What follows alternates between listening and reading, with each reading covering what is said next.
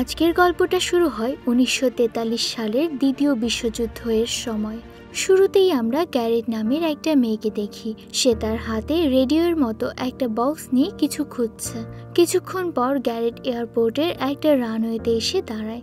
চারপাশে তখন অনেক ফাইটার প্লেন, কেউ যুদ্ধ থেকে ফিরছে, কেউ বা আবার যুদ্ধের উদ্দেশ্যে প্রস্তুত হচ্ছে। হঠাৎ গ্যারেট যে প্লেনটা খুঁজছিল সেটা দেখতে পায়, যেটা ঠিক তখনই রওনা দেওয়ার জন্য তৈরি হচ্ছিল। তাই গ্যারেট দৌড়ে তাড়াতাড়ি সেই প্লেনের ওপর উঠে পড়ে, কিন্তু প্লেনের ভিতরের সৈন্যরা তাকে দেখে চমকে ওঠে। তারা রেগে গিয়ে জানায় এই প্লেন কোনো যাত্রী পরিবহনের জন্য নয়। তারা গ্যারেটকে নেমে যেতে বলে।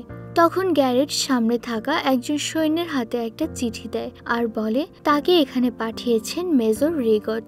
সেই সৈন্য চিঠিটা নিয়ে প্লেনের ক্যাপ্টেন ও পাইলটকে দেখায়। চিঠি দেখার পর সৈন্যটা আবারও ফিরে আসে আর গ্যারেটকে জানায় সেই মিশনে থাকতে পারবে, তবে তাকে পুরো সফরটা নিচের হ্যাসে বসে কাটাতে হবে। তবে গ্যারেট এই প্রস্তাবে রাজি হয় না। সে বলে তার কাছে থাকা প্যাকেজটা খুবই গুরুত্বপূর্ণ আর সে জানে ওই হ্যাচে জায়গার অভাবে সেটা নিরাপদ থাকবে না। তখন একজন সৈন্য এসে গ্যারেটকে আশ্বস্ত করে যে সে নিজে উপরেই প্যাকেজটা দেখে রাখবে।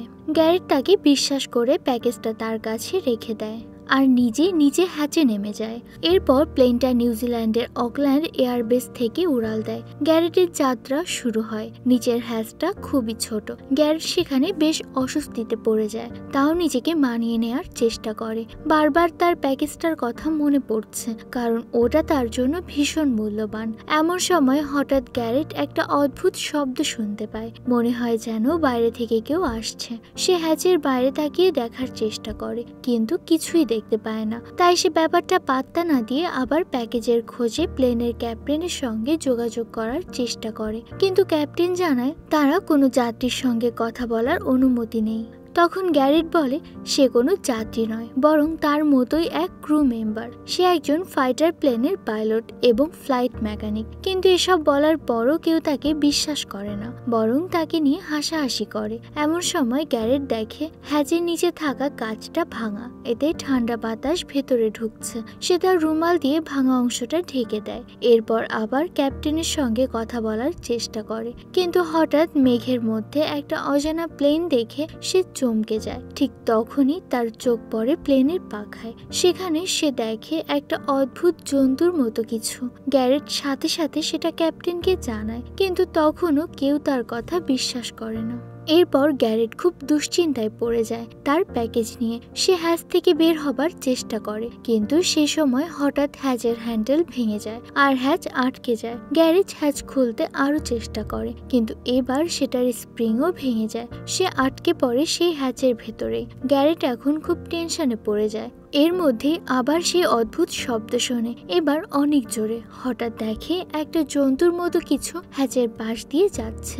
গ্যারেট বুঝে যায় কিছু একটা গড়বড় আছে। তখন সে তার কাছে লুকিয়ে আনা বন্দুকটা বের করে। আবার কিছুক্ষণ পর গ্যারেট মেঘের মধ্যে সেই অজানা প্লেন দেখে। ভালো করে দেখার আগেই পেছন থেকে সেই জন্তুটা তার উপর ঝাঁপিয়ে পড়ে। গ্যারেটকে মারার চেষ্টা করে। সে ধাক্কায় হ্যাচের দরজা খুলে যায়, কিন্তু গ্যারেট কোনো মতে হ্যাচটা বন্ধ করে ফেলে আর নিজের আঙুল দিয়ে লক করে রাখে। কিন্তু তখনই তার আরেক হাত থেকে বন্দুকটা পড়ে যায় আর জন্তুটা আবার আক্রমণ চালায়। তার আঙুল হ্যাচের মধ্যে আটকে গিয়ে ভেঙে যায়। তবুও গ্যারেট সাহস করে বন্দুকটা তুলে নেয়। অনেক কষ্টে গুলি লোড করে আর বিশাল আকৃতির ওই বাদুড়ের মতো জন্তুর দিকে গুলি ছোড়ে। গুলির শব্দে জন্তুটা ভয় পেয়ে পালিয়ে যায়। গ্যারেট এবার স্বস্তির নিঃশ্বাস নেয়। এরপর সে নিজের ভাঙা আঙুল হ্যাচ থেকে বের করে। সেখানে সেই ভাঙা হ্যান্ডেলটা বসিয়ে দেয়। নিজের আঙুলটা আবার টেনে ঠিক করে নেয় আর পাশের আঙুলের সঙ্গে বেঁধে ফেলে। এরপর শরীরে থাকা অন্য আঘাতগুলো চেক করে। এই সময় ক্যাপ্টেন গ্যারেটকে বন্দুকের গুলির শব্দ সম্পর্কে জিজ্ঞেস করে, কিন্তু গ্যারেট তাদের কিছুই বলে না, না সেই অদ্ভুত জন্তুটার কথা, না গুলির ব্যাপারটা, কারণ সে জানে কেউই তার কথা বিশ্বাস করবে না। সে ভাবে হয়তো এবার সব ঝামেলা শেষ। কিন্তু হঠাৎ করেই সে আবার মেঘের মধ্যে সেই অজানা প্লেনটা দেখে। সঙ্গে সঙ্গে সে ক্যাপ্টেনকে জানায়, কিন্তু ক্যাপ্টেন এবারও তার কথা বিশ্বাস করে না। এতে গ্যারেট ভীষণ হতাশ হয়ে পড়ে, কিন্তু সে এবার সিদ্ধান্ত নেয় আর কারো উপর ভরসা করে লাভ নেই। যা করার এখন তাকে একাই করতে হবে। সে নিচের হ্যাচের গানের মেশিনটা রেডি করে আর সেই প্লেনের দিকে নিশানা করে, কিন্তু তার গুলি চালানোর আগেই সেই প্লেন থেকে তাদের ওপর গুলি ছোড়া শুরু হয়ে যায়। গ্যারেট ভয় না পেয়ে সঙ্গে সঙ্গেই পাল্টা গুলি চালায়। দারুণ সাহসিকতায় সে সেই প্লেনের মোকাবেলা করে আর কয়েক মুহূর্তের মধ্যেই শত্রু প্লেনটা ধ্বংস করে দেয়। এটা দেখে প্লেনের সব ক্রু সদস্য স্তব্ধ হয়ে যায়। ক্যাপ্টেন রিবন গ্যারেটকে বাহবা দেয় আর বলে যে সে একটা জাপানিজ ফাইটার প্লেনকে নামিয়ে দিয়েছে। কিন্তু সমস্যা এখানেই শেষ হয় না। ক্যাপ্টেন তখন জানায় তাদের প্লেনের ইঞ্জিন নাম্বার 1 নষ্ট হয়ে গেছে। এমন সময় গ্যারেট লক্ষ্য করে প্লেনের পিছনের দরজা খোলা আর সেখান দিয়ে সব মালপত্র নিচে পড়ে যাচ্ছে। হঠাৎ গ্যারেট দেখে সেই বিশাল বাদুড়টার মতো জন্তুটা সেখান দিয়ে বেরিয়ে আসছে। ওটা দেখে সে চমকে যায়। জন্তুটা ধীরে ধীরে গ্যারেটের দিকে এগিয়ে আসে, একদম তার সামনে এসে দাঁড়ায়। তার চোখে ভয়ানক রাগ। গ্যারেট ভয় পেয়ে গেলেও নিজেকে সামলে নিয়ে জন্তুটাকে ভয় দেখিয়ে তাড়ানোর চেষ্টা করে। তখন জন্তুটা আবার প্লেনের ভেতর পালিয়ে যায়। গ্যারেট এবার আরো আতঙ্কে পড়ে, কারণ সে বুঝতে পারে তার প্যাকেজটা বিপদে আছে। কিন্তু দুর্ভাগ্য এখানেও থামে না। জানা যায় এখন প্লেনের চতুর্থ ইঞ্জিনটাও নষ্ট হয়ে যায়। গ্যারেট ভেতর থেকে গুলির শব্দ শুনতে পায়। বোঝা যায় কেউ সেই জন্তুটার ওপর গুলি চালিয়েছে। তারপর হঠাৎ সবাই প্যাকেজ থেকে কিছু শব্দ শুনতে পায়। তাই কৌতূহলে তারা প্যাকেজটা খুলতে চায়। গ্যারেট তাদের বাধা দেয়, জানায় এটা খুব গুরুত্বপূর্ণ এবং ক্লাসিফাইড। কিন্তু তারা শুনতে চায় না। তারা প্যাকেজটা খুলে ফেলে আর দেখে ভেতরে আছে একটা ছোট্ট ফুটফুটে বাচ্চা। সবাই হতভম্ব হয়ে যায়। এরপর তারা রেগে গিয়ে গ্যারেটকে প্রশ্ন করতে থাকে। তারপর গ্যারেটের কাছে আর কিছু লুকানোর থাকে না। সে সব স্বীকার করে নেয়। সে বলে তার স্বামী দ্বিতীয় বিশ্বযুদ্ধে মারা গেছে আর সে একা হয়ে গেছে। এখন সে তার সন্তানকে নিয়ে এমন একটা জায়গায় যেতে চাচ্ছে যেখানে যুদ্ধ নেই। সে স্বীকার করে যে সে আর্মি বেস থেকে ইউনিফর্ম, ব্যাগ আর বন্দুক চুরি করেছে। এমনকি মেজর রিগটের নামে নকল চিঠিও বানিয়েছে শুধুমাত্র তার সন্তানের জন্য। তখনই হঠাৎ দেখা যায় 3টি জাপানিজ ফাইটার প্লেন তাদের ধাওয়া করতে আসে এবং তাদের প্লেনের ওপর গুলি চালায়। সেই গুলিগুলো গিয়ে পড়ে ঠিক গ্যারেটের হ্যাচে। এমন সময় গ্যারেট দেখে সেই জন্তুটা আবার তার সামনে হাজির হয়েছে আর তার প্যাকেজ মানে তার বাচ্চাকে নিয়ে প্লেনের বাইরে বেরিয়ে যাচ্ছে। গ্যারেট আতঙ্কে চিৎকার করে ওঠে। তার সন্তানের জীবন এখন ভয়ঙ্কর বিপদে। তৎক্ষণাৎ গ্যারেট রেগে আগুন হয়ে যায়। সে হ্যাচ খুলে বন্দুক দিয়ে গুলি চালায় সেই জন্তুর দিকে। গুলির আওয়াজে ভয়ে জন্তুটা ব্যাগটা ফেলে আবার ভেতরে পালিয়ে যায়। কিন্তু বিপদ এখনো কাটেনি। ব্যাগটা প্লেনের নিচে ঝুলে আছে আর যে কোনো মুহূর্তে নিচে পড়ে যেতে পারে। গ্যারেটের বুক কাঁপছে, কারণ তার সন্তানের জীবন এখন ঝুঁকির মুখে। গ্যারেট আর দেরি করে না। সে নিজে হ্যাচের বাইরে বেরিয়ে আসে। এক মুহূর্তও ভাবে না নিজের কথা।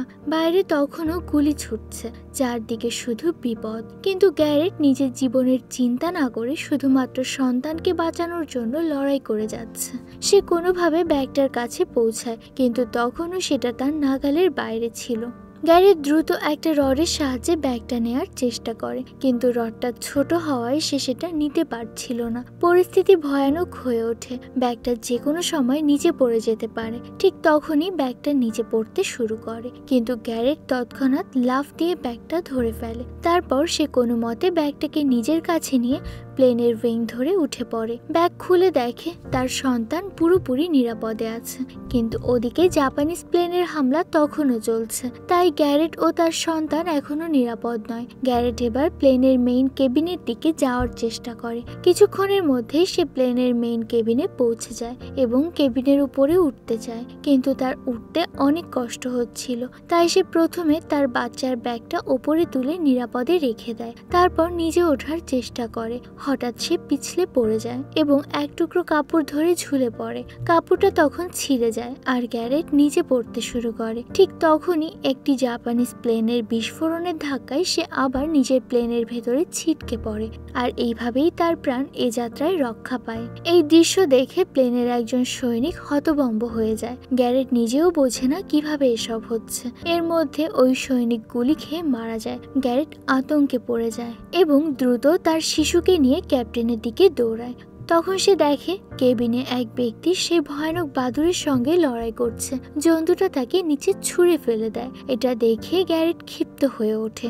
সে জন্তুটাকে গুলি করে মারতে চায়, কিন্তু প্রবল হাওয়ার কারণে বারবার ব্যর্থ হয়। সে ক্যাপ্টেনের কাছে গিয়ে পরিস্থিতির আপডেট জানতে চায়। ঠিক তখনই আরেকটা জাপানি প্লেন তাদের উপর গুলি চালায়, আর এতে ক্যাপ্টেন আর পাইলট দুজনেই গুরুতর আহত হয় এবং ক্যাপ্টেন মারা যায়। গ্যারেট কষ্টে ভেঙে পড়ে, কিন্তু সময় নষ্ট না করে পাইলট উইলিয়ামকে বলে এখনই প্লেনটা ল্যান্ড করতে হবে। এদিকে প্লেনের ইঞ্জিন প্রায় সব নষ্ট হয়ে গেছে। গ্যারেট পেছনের দিকে যায় একটা নিরাপদ ল্যান্ডিং স্পট খুঁজতে। তখন সে এক সৈনিককে দেখে যে ফাইটার প্লেন লক্ষ্য করে গুলি চালাচ্ছে এবং একটি প্লেন ধ্বংস করতেও সক্ষম হয়। গ্যারেট তাকে জানায় যে তারা এখনই এখানে কোথাও নামতে যাচ্ছে। সৈনিক অবাক হয়, কারণ জায়গাটা ল্যান্ডিং এর জন্য বিপজ্জনক। ঠিক তখনই সে গুলিবিদ্ধ হয়ে মারা যায়। গ্যারেট আবার ওয়াল্টারের কাছে ফিরে আসে এবং তাকে তার বাচ্চাটা দিয়ে বলে এখনই প্লেন ল্যান্ড করতে হবে। ঠিক তখনই আবার সেই ভয়ঙ্কর বাদুড় প্লেনে ঢুকে পড়ে এবং একজনকে মারার চেষ্টা করে। সে আত্মরক্ষার গুলি চালায়, যেটা গ্যারেটের জন্য বিপজ্জনক হয়ে ওঠে। গ্যারেট তখন নিজের বন্দুক দিয়ে সেই জন্তুটাকে গুলি করে, আর জন্তুটা নিচে পড়ে যায় প্লেন থেকে। এই সময় শেষ একটা জাপানিজ প্লেন তাদের দিকেই ধেয়ে আসে এবং হামলা চালায়। গ্যারেট এবার আর সহ্য করতে পারে না। সে প্রচন্ড রেগে গিয়ে পাল্টা গুলিতে সেই প্লেনটাকেও নামিয়ে দেয়। এরপর গ্যারেট ওয়াল্টার আর কো পাইলট উইলিয়ামের কাছে যায় আর নিজে পাইলট সিটে বসে বলে চলো এখনই ল্যান্ড করতে হবে। সবাই ভয় আর আতঙ্কে থাকে। তারা জানে না এই ল্যান্ডিং এর পর তারা বেঁচে থাকবে কিনা। গ্যারেট আর উইলিয়াম প্রাণপণ চেষ্টা করে প্লেন ল্যান্ড করতে।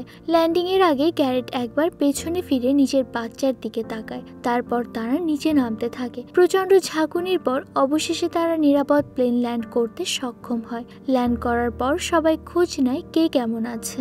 তখনই গ্যারেট দেখতে পায় একটি অক্সিজেন সিলিন্ডার আগুনে যে কোনো সময় বিস্ফোরণ ঘটাতে পারে। সে সবাইকে দ্রুত প্লেন ছাড়তে বলে। সবাই দৌড়ে প্লেন থেকে বেরিয়ে আসে। ঠিক তখনই প্লেনটায় বড়সড় বিস্ফোরণ ঘটে আর প্লেন সম্পূর্ণ ধ্বংস হয়ে যায়, কিন্তু সবাই নিরাপদে বেরিয়ে আসে আর এই যাত্রায় বেঁচে যায়। তারপর গ্যারেট নিজের বাচ্চার বক্সটা খুলে দেখে ও এখনো সুস্থ এবং নিরাপদে আছে। বাকিরাও এটা দেখে খুশি হয়। সবাই ঠিক করে হেডকোয়ার্টারকে জানাবে যে তারা এখানে পড়ে আছে প্লেন ক্রাশের কারণে। ওদিকে ওয়াল্টার গ্যারেটের কাছে এসে ক্ষমা চায় আর বলে এখন থেকে আর কোনো ভুল করবে না। হঠাৎ সেই বিশাল বাদুড় আবারও ফিরে আসে আর তাদের বাচ্চার ব্যাগটা ছিনিয়ে নেয়। গ্যারেট এবার রেগে গিয়ে বন্দুক দিয়ে তাকে গুলি করে আহত করে। সে ওয়াল্টারের হাতে বাচ্চাটা দিয়ে আবার সেই জন্তুটার পেছনে ছুটে যায়।